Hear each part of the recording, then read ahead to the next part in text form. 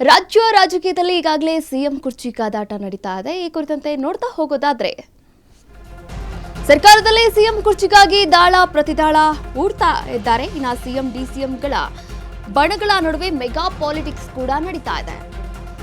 ಕನಸಿನ ಕುರ್ಚಿಗಾಗಿ DK brothers ಚಾಣಾಕ್ಷ ನಡೆಯ ಕಡೆ ಹೋಗ್ತಾ ಇದ್ದಾರೆ. ಇನ್ನು ಎದುರಾಳಿಗಳ ಜೊತೆಗೆ ಬಹಿರಂಗವಾಗಿ ವಾರ್ ಬಿಟ್ಟಿದ್ದಾರೆ ಬ್ರದರ್ಸ್. ಹೈಕಮಾಂಡ್ ಮುಂದೆ ಆಟವನ್ನ ಶುರು ಮಾಡಿದ್ದಾರೆ ಡಿಕೆ ಶಿವಕುಮಾರ್. ನನ್ನ ಶ್ರಮಕ್ಕೆ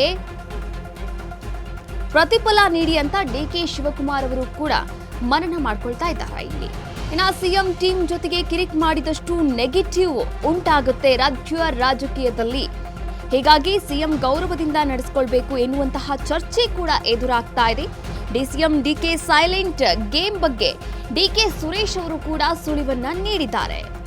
ಈಗಾಗಲೇ ರಾಜ್ಯ ಕಾಂಗ್ರೆಸ್ನಲ್ಲಿ ಸಿಎಂ ಕುರ್ಚಿಗಾಗಿ ಕಾದಾಟ ನಡೀತಾ ಇದೆ. ನಮ್ಮ ಎಲ್ಲರಿಗೂ ಕೂಡ ಗೊತ್ತಿರುವಂತಹ ವಿಚಾರ. ಇನ್ನ ಯಾರ ನಡುವೆ ಈ ಒಂದು ಸಿಎಂ ಕುರ್ಚಿಯ ಕಾಳಗ ನಡೀತಾ ಇದೆ ಅಂತ ನೋಡೋದಾದ್ರೆ ಸಿಎಂ ಸಿದ್ದರಾಮಯ್ಯ ಹಾಗೂ ಡಿಸಿಎಂ ಡಿಕೆ ಶಿವಕುಮಾರ್ ಅವರ ನಡುವೆ ಈ ಒಂದು ಕುರ್ಚಿ ಕಾಳಗ ನಡೀತಾ ಇರುವಂಥದ್ದು. ಇನ್ನ 2028ಕ್ಕೆ ನನ್ನದೇ ನಾಯಕತ್ವದಲ್ಲಿ ಚುನಾವಣೆ ಆಗುತ್ತೆ ಎನ್ನುವಂತಹ ಒಂದು ಸ್ಟೇಟ್ಮೆಂಟ್ ಅನ್ನ ಕೂಡ ಡಿಕೆ ಶಿವಕುಮಾರ್ ಅವರು ನೀಡಿದ್ರು. ಅದಾದ ನಂತರ ಕೆಪಿಸಿಸಿ ಅಧ್ಯಕ್ಷ ಗಾದಿ ಆಗಿರ್ಬೋದು, ಸಿಎಂ ಕುರ್ಚಿ ಕಾದಾಟ ಆಗಿರ್ಬೋದು, ಇವೆಲ್ಲವೂ ಕೂಡ ಸಿಎಂ ಮತ್ತೆ ಡಿಸಿಎಂ ಇವರಿಬ್ಬರ ಬಣಗಳ ನಡುವೆ ಒಂದು ಪಾಲಿಟಿಕ್ಸ್ ಕೂಡ ನಡೀತಾ ಇರುವಂಥದ್ದು. ಇನ್ನು ಕನಸಿನ ಕುರ್ಚಿಗಾಗಿ ಡಿಕೆ ಬ್ರದರ್ಸ್ ಒಂದು ಚಾಣಾಕ್ಷ ನಡೆಯನ್ನ ಕೂಡ ತೋರಿಸ್ತಾ ಇದ್ದಾರೆ. ನಿನ್ನೆ ಅಷ್ಟೇ ಡಿಕೆ ಸುರೇಶ್ ಅವರು ಹೇಳಿರುವಂಥದ್ದು, ನನಗೆ ನನ್ನ ಅಣ್ಣ ಸಿಎಂ ಸೀಟಲ್ಲಿ ಕೂರಬೇಕು ಅನ್ನೋದು ಆಸೆಯಾಗಿದೆ, ಆದರೆ ಸೀಟೇ ಖಾಲಿ ಇಲ್ವಲ್ಲ ಎನ್ನುವಂತಹ ಮಾತುಗಳನ್ನ ಕೂಡ ಹೇಳಿದ್ರು ಡಿಕೆ ಸುರೇಶ್. ಒಟ್ಟಾರೆಯಾಗಿ ಆಸೆ ಆಕಾಂಕ್ಷೆ ಏನಿದೆ ಅದನ್ನ ಅವರು ತೋರ್ಪಡಿಸ್ತಾ ಇದ್ದಾರೆ. ಇನ್ನು ಇದಕ್ಕಾಗಿ ಏನ್ ಮಾಡಬೇಕು, ಇದರ ನಡುವೆ ಈಗ ಹಿಂದಿನಿಂದಲೂ ಕೂಡ ಕೇಳಿ ಬರ್ತಾ ಇರುವಂಥದ್ದು ಅಂದ್ರೆ ಕಾಂಗ್ರೆಸ್ ಅಧಿಕಾರಕ್ಕೆ ಬಂದಂತಹ ದಿನದಿಂದ ಕೂಡ ಸಿಎಂ ಗಾದಿಯನ್ನ ಏರಿದಂತಹ ಕ್ಷಣದಿಂದ ಕೂಡ ಕೇಳಿ ಬರ್ತಾ ಇರುವಂಥದ್ದು ಪವರ್ ಶೇರಿಂಗ್ ಒಪ್ಪಂದ.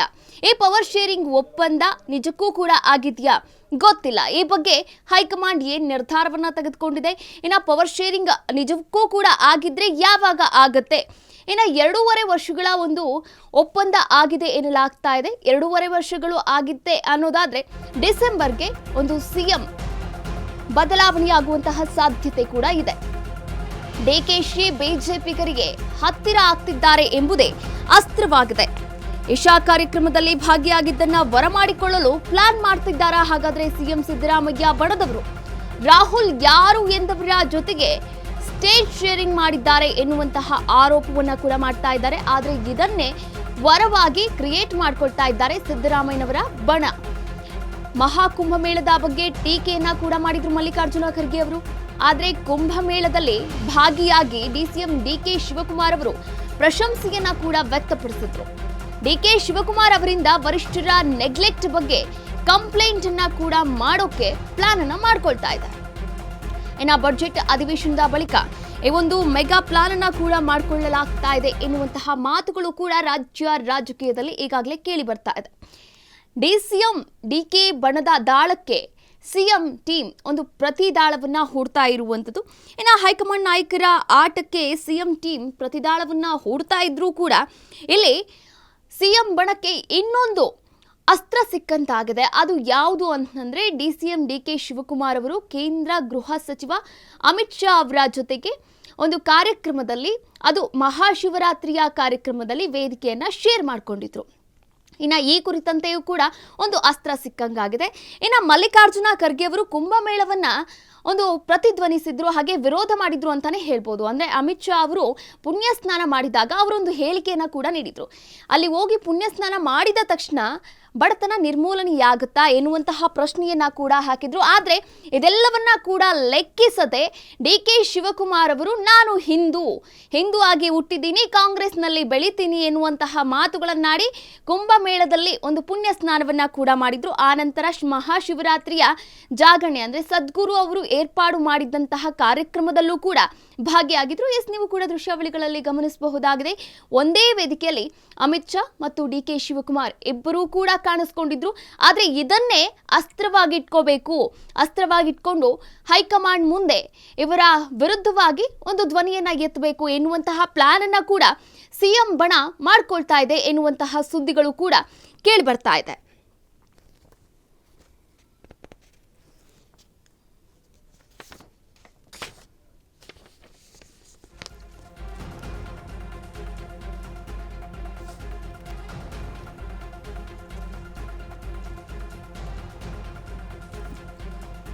ಇನ್ನ ಮಾರ್ಚ್ 3ನೇ ತಾರೀಕಿಂದ ಬಜೆಟ್ ಕೂಡ ಆರಂಭವಾಗ್ತಾ ಇದೆ. ಮಾರ್ಚ್ 20ರವರೆಗೆ ಇನ್ನು ಈ ಒಂದು ಬಜೆಟ್ನಲ್ಲಿ ಪ್ರತಿಧ್ವನಿಸಬೇಕು ಯಾವ ವಿಚಾರವಾಗಿ ಕಾಂಗ್ರೆಸ್ ತಯಾರಿಯನ್ನ ಕೂಡ ನಡೆಸ್ತಾ ಇದೆ. ಇದು ಕೂಡ ಕೆಲವೊಂದಷ್ಟು ವಿಚಾರಗಳನ್ನ ರಾಜ್ಯ ರಾಜಕೀಯದಲ್ಲಿ ಸಂಚಲನವನ್ನ ಮೂಡಿಸಿರುವಂಥದ್ದು. ಇನ್ನು ಬಜೆಟ್ ಅಧಿವೇಶನದ ಬಳಿಕ ಒಂದಷ್ಟು ಮೆಗಾ ಬದಲಾವಣೆ ಆರಂಭವಾಗುವಂತಹ ಸಾಧ್ಯತೆಗಳು ಹಾಗೆ ಬಾಧ್ಯತೆಗಳು ಕೂಡ ಹೆಚ್ಚಾಗಿ ಕಾಣಿಸ್ತಾ ಇದೆ.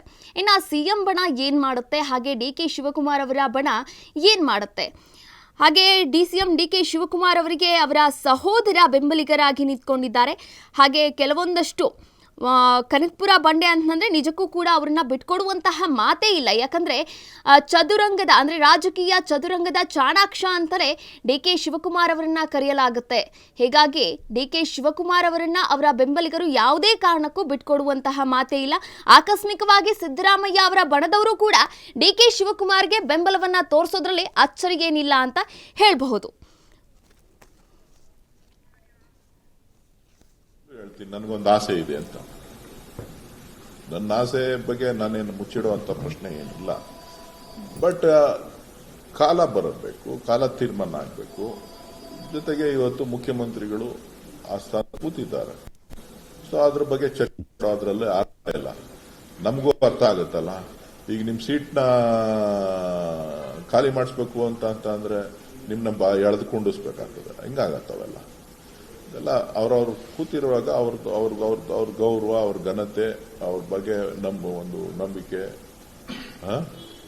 ಜೊತೆಗೆ ಅವ್ರಿಗೆ ಸಲ್ಲಬೇಕಾದಂತೆಲ್ಲನೂ ಕೂಡ ನಾವು ಚಿಂತನೆ ಮಾಡಿ ಆಮೇಲೆ ತೀರ್ಮಾನ, ಪಕ್ಷ ಹೈಕಮಾಂಡ್ ತೀರ್ಮಾನ ಮಾಡ್ತೀವಿ. ಮುಚ್ಚಿಡುವಂತ ಪ್ರಶ್ನೆ ಏನಿಲ್ಲ. ಬಟ್ ಕಾಲ ಬರಬೇಕು, ಕಾಲ ತೀರ್ಮಾನ ಆಗಬೇಕು. ಜೊತೆಗೆ ಇವತ್ತು ಮುಖ್ಯಮಂತ್ರಿಗಳು ಆ ಸ್ಥಾನದಲ್ಲಿ ಕೂತಿದ್ದಾರೆ. ಸೊ ಅದ್ರ ಬಗ್ಗೆ ಚರ್ಚೆ ಮಾಡೋದ್ರಲ್ಲೇ ಅರ್ಥ ಇಲ್ಲ. ನಮಗೂ ಅರ್ಥ ಆಗುತ್ತಲ್ಲ, ಈಗ ನಿಮ್ ಸೀಟ್ನ ಖಾಲಿ ಮಾಡಿಸ್ಬೇಕು ಅಂತ ಅಂದ್ರೆ ನಿಮ್ನ ಎಳೆದು ಕುಂಡಿಸ್ಬೇಕಾಗ್ತದೆ. ಹಿಂಗಾಗತ್ತವೆಲ್ಲ ಇದೆಲ್ಲ ಅವ್ರವ್ರು ಕೂತಿರುವಾಗ ಅವ್ರ ಗೌರವ, ಅವ್ರ ಘನತೆ, ಅವ್ರ ಬಗ್ಗೆ ನಮ್ಮ ಒಂದು ನಂಬಿಕೆ, ಜೊತೆಗೆ ಅವ್ರಿಗೆ ಸಲ್ಲಬೇಕಾದಂಥದ್ದೆಲ್ಲನೂ ಕೂಡ ನಾವು ಚಿಂತನೆ ಮಾಡಿ ಆಮೇಲೆ ತೀರ್ಮಾನ, ಪಕ್ಷ ಹೈಕಮಾಂಡ್ ತೀರ್ಮಾನ ಮಾಡ್ತೀವಿ.